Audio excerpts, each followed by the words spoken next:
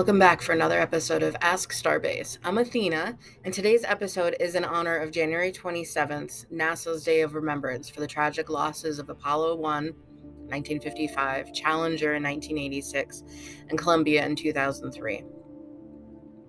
After many sessions of building straw rockets and rescuing Egbert, one thing that has come up pretty often is, how do we keep astronauts safe?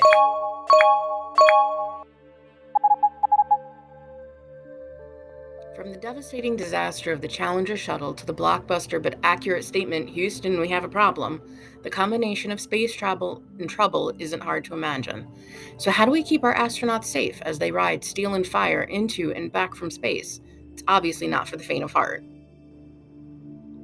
The first way we keep them safe is by talking about any and every error or oddity along the way. By normalizing errors, we stop being cautious so we have accidents that could have been prevented. There are manuals and checklists both for prepare here for mission control and to use up in space. Crews practice on Earth and water, as that's the closest simulation we can create, to attempt repairs before having to duplicate results without a way to make design process changes.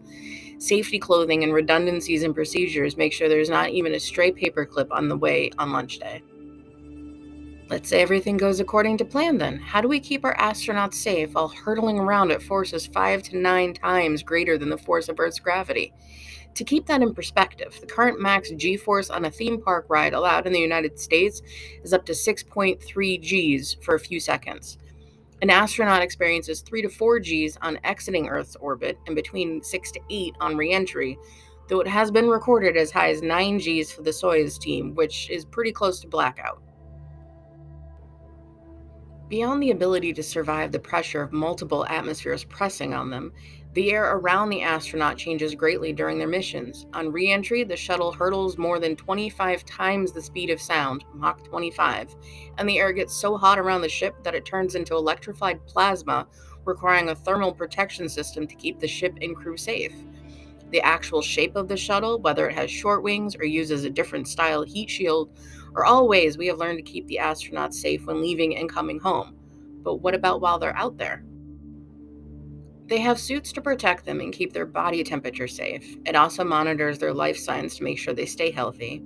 When they have their full suit on, they can survive in places that are truly otherworldly. There is no adequate source of breathable air or drinkable water in space, so it needs to be brought and maintained. Special fuel cells used to create energy also create water, so nothing is wasted. On the International Space Station, they have filtered air, water, grow their own food, have external shielding to protect them from the sun and radiation, and even exercise equipment to keep their muscles strong, since the reduction in gravity can make their bodies weaker after they come home. When they sleep, their sleeping bags are strapped down so they don't float around. We are always looking to improve our ability to go to space, to explore beyond our atmosphere, and to keep us alive and healthy while we do it. If you have any ideas or questions for NASA, you can contact them through their site at www.nasa.gov/content/submit a question for NASA, or check out their resources at www.nasa.gov/about/contact/index. They have a whole bunch of different resources there.